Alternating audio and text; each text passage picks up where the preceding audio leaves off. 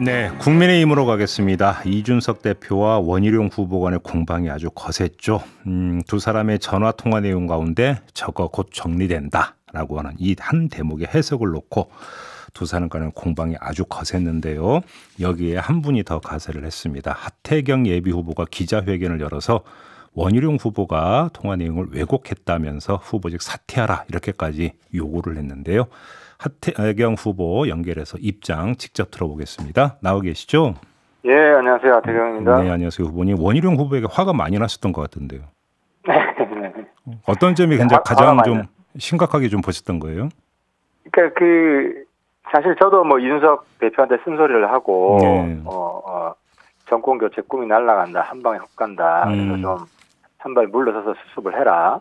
해서 토론회가 취소되고 윤석열 캠프랑 좀 정돈이 되는 상황이었어요. 네. 그 시점에 일주일 전 통화 내용을 들고 나와가지고 그것도 확실한 것도 아닌데 다시 당을 갈등으로 몰아넣고 근데 그런 상황을 보면서 이 원희룡 후보 이 자기 이름 좀 알리려고 정권 교체를 방해하고 있다. 라고 판단을 할 수밖에 없었던 거죠. 지금 당 상황이 어렵다가 지금 수습이 되고 있는 상황이었잖아요. 예. 그러면 원희룡 후보가 그렇게 이제 나온 이유가 자기 홍보 차원이었다 이렇게 보시는 거네요, 후보님? 그렇게 볼 수밖에 없어요. 그러니까 원 후보가 최근에 보면 저는 늑대야 3번 외친 양치기 소년이라고 보는데 어떤 점에서요? 3번 다 구체적 근거도 제시하지 않고 거의 허위 수준의 폭로를 했어요. 첫 번째는 첫 번째는 윤석열 후보 측하고 통화 내용을 또 깠어요. 그러면서 동제동 자원봉사 그거 말씀하시는 거죠? 네, 그때 이제 윤석열 후보 측이 같이 보이콧하자고 그랬다. 네. 근데 이제 확인된 거는 윤석열 후보 측은 보이콧이란 말을 쓴 적이 없다. 그것도 사실은 사적 통화거든요. 네. 아니 대통령 되겠다는 사람이 사적인 통화를 까면 공인이라고 할 수가 없잖아요. 그리고 두 번째도 그런 거예요. 두 번째도 이준석 대표랑 사적인 통화인데 원래는 원 후보가 뭐라 그랬냐면 윤석열 정리된다라고 워딩을 썼다고 그랬어요. 근데 녹취록 까보니까 주어가 윤석열이 아니었잖아요. 저거였죠, 저거. 그렇죠. 근데 이제 윤석열 정리된다라는 표현을 썼다라고 그것도 사실은 양치기 선언된 거고. 그리고 나서 또 그 얘기도 했어요. 토론회 2번 하면. 예. 저희 인터뷰에서 그 얘기 했어요. 예. 네, 그렇죠. 근데 그것도 사실은 제가 출처를 찾아보니까 찌라시에 나온 이야기인데. 찌라시에 거명된 들었다는 기자가 그런 말 한 적이 없다고 부인을 했어요. 그래요? 예. 그래서 이제 원희룡 후보는 그 관련해서 자신도 들었고 확인했다라는 취지로 저희한테 답변을 준 적이 있는데 그게 아니라는 겁니까? 찌라시 수준이었다는 겁니까? 자기가 그렇죠. 찌라시에 나오냐고 검색을 해보세요. 그 기사가 다 나오는데. 그러니까 원 후보가 지금 하는 이야기가 자기가 들었다고 하는 게 전부 다 부정확하잖아요. 보이콧이란 말도 없었고 윤석열 정리한다는 윤석열 이름도 없었고 그리고 그 찌라시에 나오는 기자는 부정했고 이러니까 사실 허위 폭로 전문 후보 아니냐 이 정도 수준이면. 그러면 저도 이 두 번이 바로 어제면서 이게 정체불명의 소문이 돈다라는 보도가 있다라고 제가 얘기했더니 그거 정체불명 아니다. 사실은 그걸 확인했다 이런 취지로 답변했는데 그게 아니라는 말씀이시네요. 그러니까 구체적 근거를 제시한 게 하나도 없잖아요. 그래요?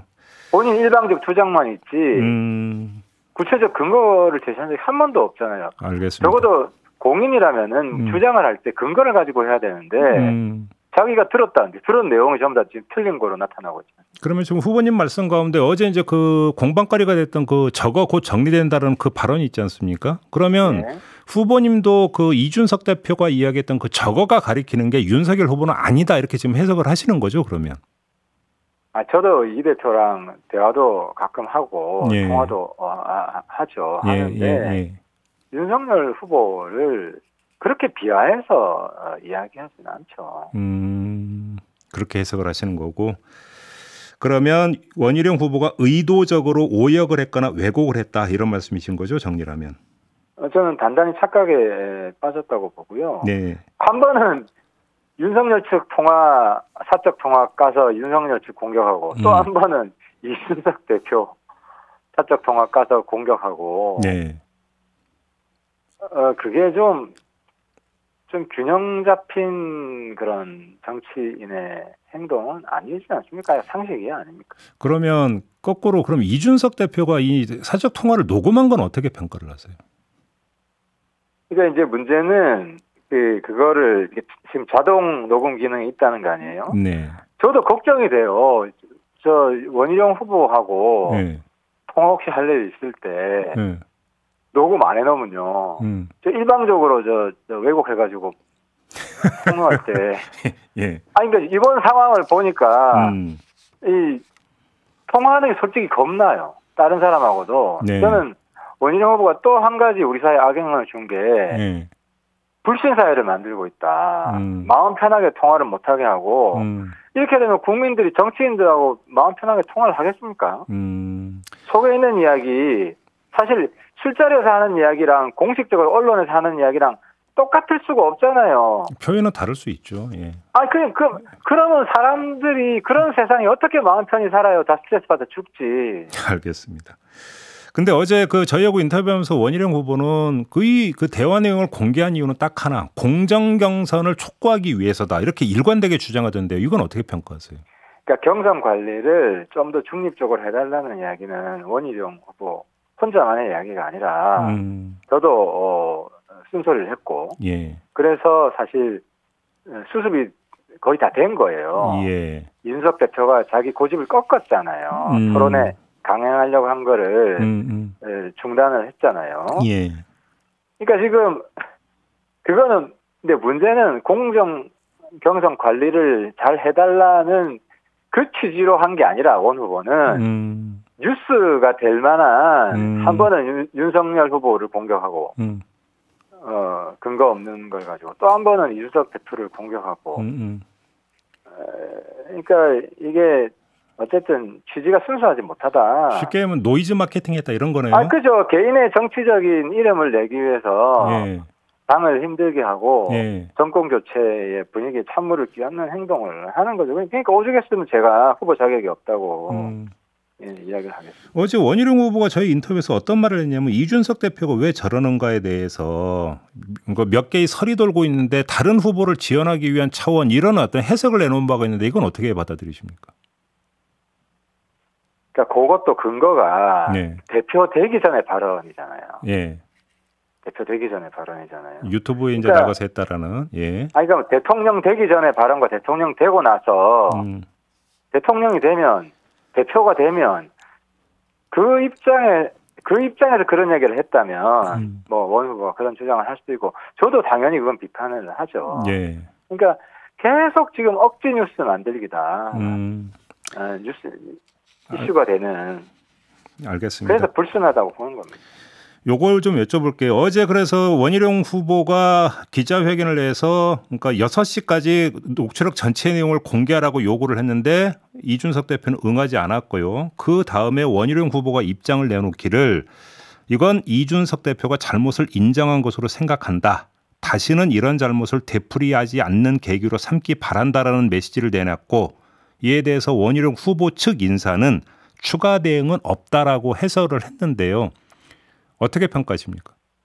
그러니까 이제 이준석 대표가 입장을 내놨죠. 딱하다라고 했잖아요. 딱하다라고. 예. 근데 딱하다라고 한 게 잘못을 인정한 걸로 이해하는 거는 이성적 사고는 아니지 않아요. 딱하다를 잘못을 인정했다라고 읽는 거는 그러니까 이제 본인이 이제 분탕질 치는 게 확인이 되니까 본인이 꼬리를 내린 거죠. 그래서 그렇게 보세요. 그렇죠. 원희룡 대표의 원희룡 대표 원희룡 후보 국어 실력이 그 정도밖에 안 되는 건 아니지 않습니까? 그러니까 이제 본인은 명분이 없으니까 이 시점에서는 원희룡 후보가 적어도 사과는 해야 된다고 봅니다. 사과는 해야 된다. 네, 최소한 사과는 해야 됩니다. 이준석 대표에게. 당 전체에게, 우리 국민들에게 불신 사회를 만들고 늑대야 3번에 친 양치기 소년이 되고 수습이 되는 당을 다시 갈등으로 몰아넣고 이게 얼마나 심각한 해당 행위입니까? 알겠습니다. 자, 이제 그 두 사람 간에 오갔던 공방 이야기는 이 정도로 하고요. 이제 더 이제 어쩌면 근본적인 문제는 이제 그 경선 관리를 어떻게 할 것인가 이 문제 아니겠어요? 자, 일단은 그 18일로 예정됐던 이제 그 토론회는 취소가 됐고 또 하나는 이제 정견 발표회로 이제 그 대체를 하기로 했는데 남은 문제는 선관위 구성인 것 같습니다. 이 문제 어떻게 풀어야 된다고 생각하세요?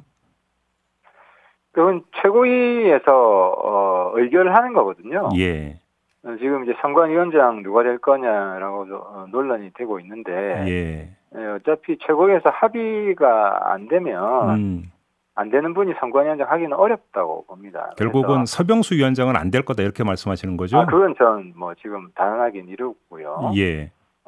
그래서 저는 그게 크게 그건 이제 뭐 당 차원에 흔히 있을 수 있는 이제 이 사람 저 사람 막 추천을 하지 않습니까? 그 과정에서 생기는 문제고.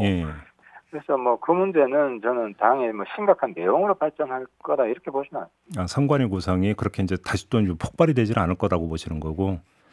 근데 문제는 요 과정에서 나왔던 게 이준석 대표의 어떤 경선 관리가 정말로 공정하냐라고 하는 어떤 뭐라고 할까요? 의구심? 이건 완전히 해소가 된 것 같지는 않은데요. 이건 어떻게 봐야 될까요? 그래서 제가 이준석 대표한테 자꾸 싸우려고 하지 말고 정치력을 발휘해야 된다. 그리고 각 후보 측과 좀 더 사전에 긴밀히 협의하고 왜냐하면 지금 정식 후보 등록을 안 한 상태거든요. 그렇죠. 그러면 사실상 모든 후보들이 만장일치 되는 상황만 집행할 수 있는 거예요. 그래서 그럴수록 사전 협의가 중요하고 그래서 먼저 발표하고 사후 협의하려고 하지 마라. 그래서 제가 이 대표한테도 쓴소리를 한 거고요. 저는 이 대표가 이번 갈등 과정을 통해서 조금 더 달라지기를 희망하고 달라지고 있다고 봅니다. 그래요? 관련해서 혹시 이제 사적대회에서 이준석 대표가 뭔가 혹시 했던 이야기는 없습니까? 그러니까 이 대표 어제 모습을 보면 최대한 말을 아끼고 있잖아요. 그렇더라고요. 평소 같았으면 막 싸웠을 텐데 그래서 좀 자중하는 모습을 보이고 있는 건 다행이라고 생각하고요. 이번 일을 계기로 좀 더 말을 아끼고 좀 여러 후보 진영과 좀 긴밀히 사전 협의하는 모습을 보여야 된다.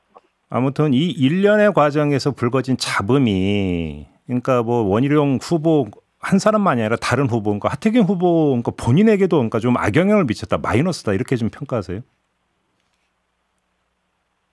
이게 이제 우리 당은 역시 안 된다 하는 그런 이제 일종의 그 부정적인 인식을 확산시킬 수가 있죠. 저당에 기회를 주려고 했는데 저당은 안 되겠다. 그런 면에서 저는 갈등이 수습되는 과정에서 그 일주일 전 통화거든요.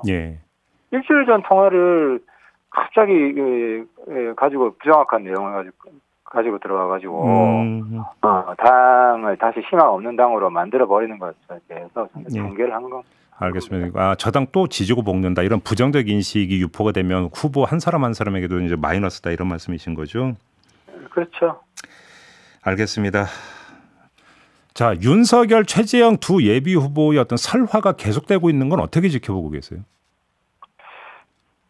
사실 뭐 윤석열, 최재형 두 후보는 이제 우리 당 입장에서는 이제 정권 교체 가능성을 높여준 분들이에요. 그런 면에서 우리 당에 이제 큰 힘이 되었고 이제는 본인들의 능력을 입증해야 될 시간이 된 거 아니겠습니까? 그래서 좀 더 이상 국민들이 관용해주지 않을 것이라고 보고 계속해서 실수를 하면 오히려 자격이 있느냐. 그리고 실제로 이제 뭐 지지율이 좀 빠지는 후보도 있고요. 그래서 특히 이제 윤석열 후보 측은 사실 그 안중근, 윤봉길 같은 것도 그렇잖아요. 만약에 그게 대통령 페이스북이라고 생각해 보세요. 국제 망신 아닙니까? 그래서 본인 이름으로 나가는 거는 본인 책임이에요. 그걸 실무자 책임으로 돌려서는 안 된다. 지난번에 그 능라도 를 여의도로 착각해가지고 이제 대통령 그 영상으로 내보낸 적 있잖아요, 청와대에서. 예. 그것도 사실 청와대 책임이죠. 그걸 뭐 외주회사 책임으로 돌리면 안 되잖아요. 그래서 좀 대통령으로서의 책임감이나 자신의 발언이나 이런 데 있어서 좀 더 신중하고 최대한 빨리 학습을 해서 준비된 후보 모습을 보여야 된다. 안 그러면 그 두 후보도 어려워질 수 있다고 봅니다. 그래요. 알겠습니다. 자, 이렇게 마무리할게요. 고맙습니다, 후보님. 네, 감사합니다. 네, 지금까지 하태경 국민의힘 예비 후보였습니다.